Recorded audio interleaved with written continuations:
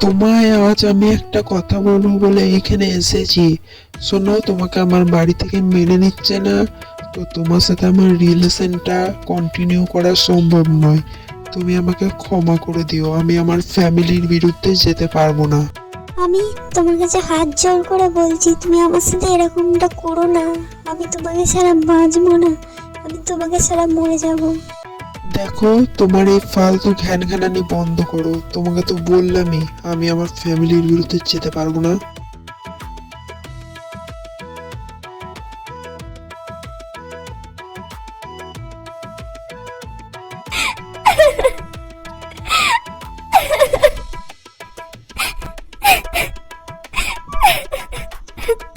Hello guys, একটা নতুন গল্প আসতে চলেছে, সেইটা হলো পুরুষ মানুষের ভালোবাসা।